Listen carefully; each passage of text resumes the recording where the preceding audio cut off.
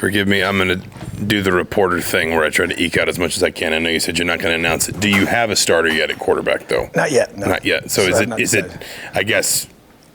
I think you said last week you'd like to know kind of coming out of this. Is that maybe one of kind of the keys for you in the next couple of days, sitting down with the staff as you process the film of what you just did to sort of say, let's get this to a place where we're comfortable with a decision? Yeah, I think that that was kind of the initial plan, and I think we still feel good about that process and timing wise, and may take a couple of days after we get through all this, and we consider 2 more days of practice before we're kind of out of fall camp and get into Illinois prep. So we're not there yet. But we definitely will be making a decision in the near future.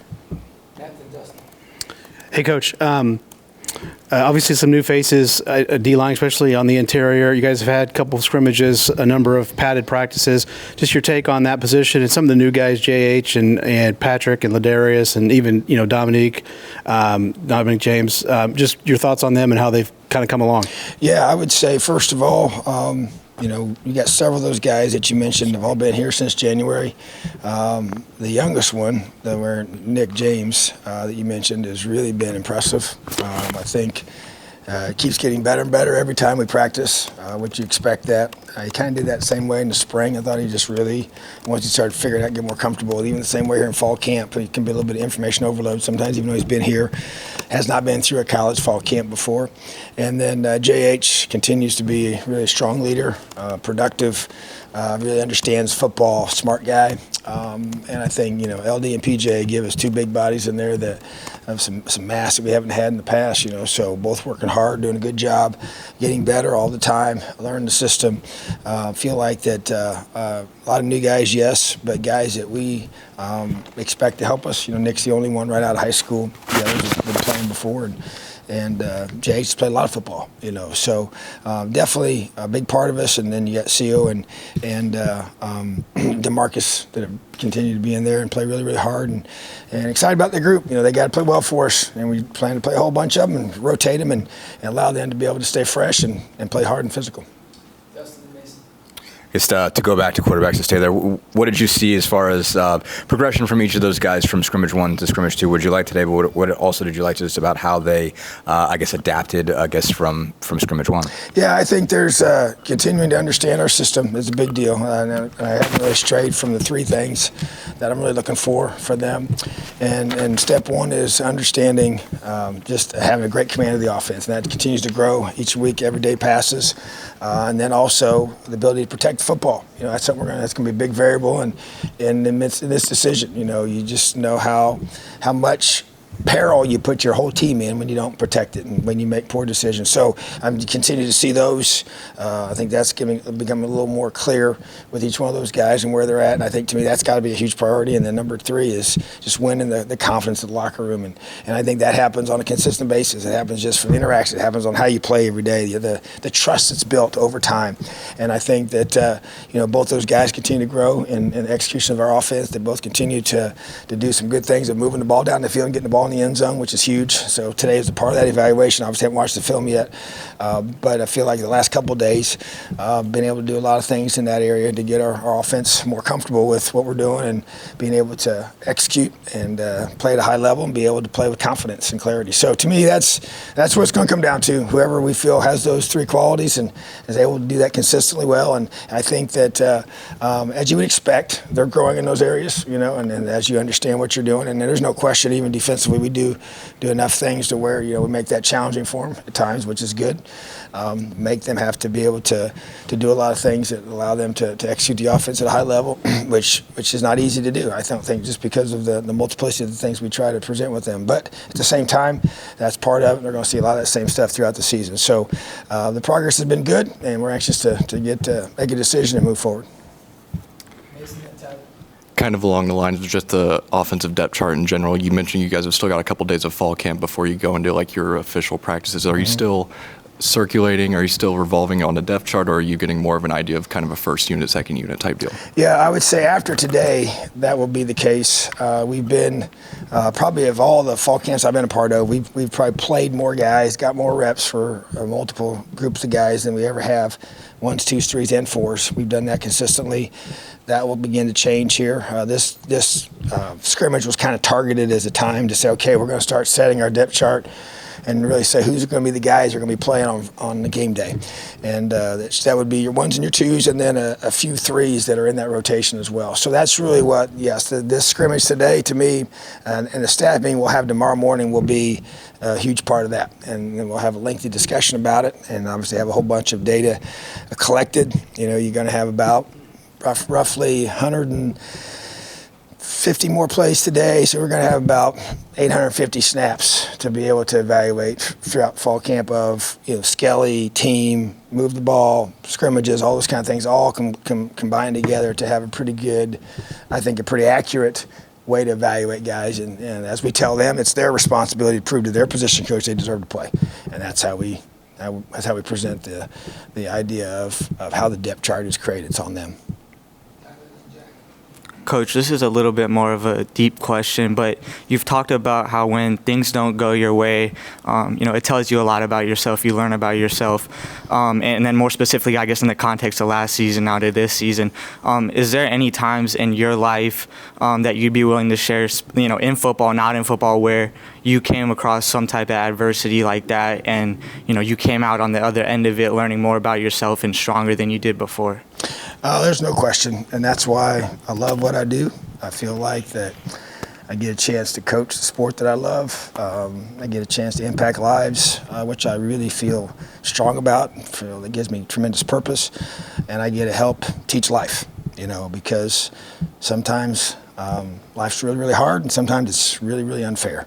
And so I've experienced things in my own life, even in the last few years, with things with our own family, and some things that people may know about, some that people don't know about. And sometimes I share those things with our guys, and to be able to talk to them through the why you have to have a purpose-driven life, to where if it's just about you and doing something that's got a short-term outcome of, whether it's just making money, I think that's a pretty shallow motivation for doing certain things. And if it's just about, getting some kind of award or reward, to me it has to be something bigger than what you get out of it. It has to be about who you become in that process. And that's hard to say sometimes because we all want to have success. We all want to be rewarded for that. We all want to have things go our way.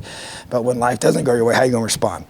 And we're trained in that, because we learn that if we do things a certain way and have a strong foundation and we have a life that has meaning bigger than just trying to win a football game or trying to earn a paycheck, I think when life is difficult, I think that you get a chance to be stronger because of it. You get to learn that if I just stick to my core values and my principles that I believe in and don't waver from those things, then I'm going to be able to come out stronger than I was before, because those kinds of difficulties, as we all know, make us tougher. They make us more resilient. They give us that grit that you have to be great in this life. And sadly, we can't get that any other way other than going through adversity. We'd love to be able to get that without, but you don't earn patience or learn how to be patient by, having everything go your way. You learn when things don't go your way in the time frame that you want them to happen in. So just the same way in any adverse type of situation. So I think the adversity we face as a team is going to just make us stronger as a program.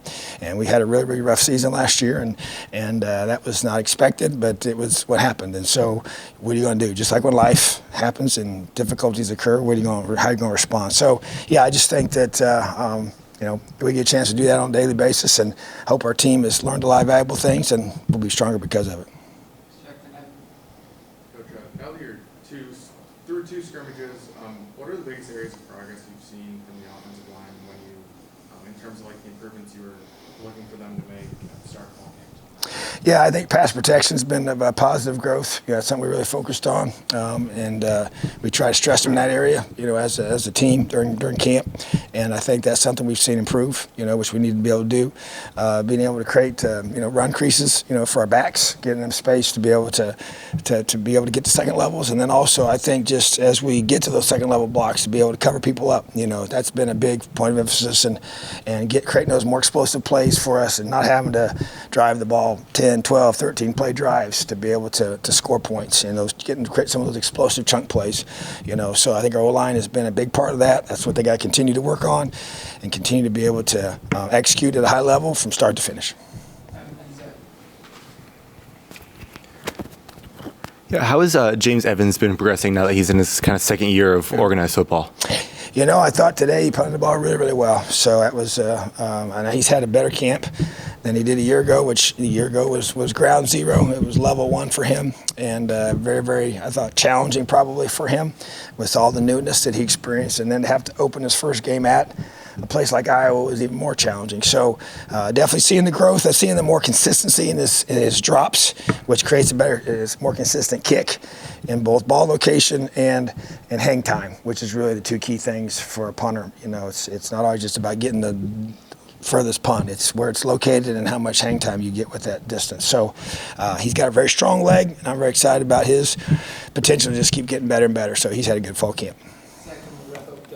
Kind of going back to offensive line for a second, you've got some guys that you tried moving around a fair bit last season, guard to center, tackle to guard, et cetera, just trying to kind of find solutions, and it seemed like you were pretty purposeful with your staff about moving them back this offseason. Do you feel good about a guy like Mike Kadick, a guy like Matt Bedford, just sort of being back essentially, this is his best position, this is where we're most comfortable with him, and this is where we're going to keep him even if we've got injuries or something like that? Yeah, that would be ideal. You're still going to always have the objective of playing your best five, getting those guys out there, and that's going to stay the same. But I do think there's no doubt that's been a purposeful action to keep those guys in certain positions. I think Michael Kadick's had a really good camp. I think he's playing his best football, which he needs to be, very physical and just gotten better, and then same with Luke Haggard and Matt Bedford. So those guys, and Zach continues to improve. So to me, keeping those guys in their spots, and we're still, having multiple guys that we're getting ready at right guard as well. And then we also got, Parker Hanna, who's developing every single practice. Seems like he just keeps getting better and better as adjusts to this level, and has really good skills. He just needs to continue to develop those and be able to put it all together for himself. So trying to create depth and be able to put our best five on the field. But right now we've been able to keep those guys in a consistent spot, yes. That's the last one. You guys have talked about Lance Bryant's play and said basically Yeah. that's the Keith's play. What's different, what's better about it? What are you guys seeing? Yeah, I think it's a lot of it is we've tried to simplify some things for his position. I think he kind of sometimes, he plays a spot that when you go through and you're trying to schematically do things that hell, we'll let that guy, handle some of the adjustments. And I think maybe in the past it's gotten maybe a little bit heavy for that position. And so trying to increase the execution, got a lot more same as type things as we do different things with him. So I think that's helped. He's been here, and I think just the urgency and the finality of being in your last year, I think has really kicked in for him. There is no next year, and so and he's just he's playing tougher. He's playing with better effort. He's just playing with more confidence.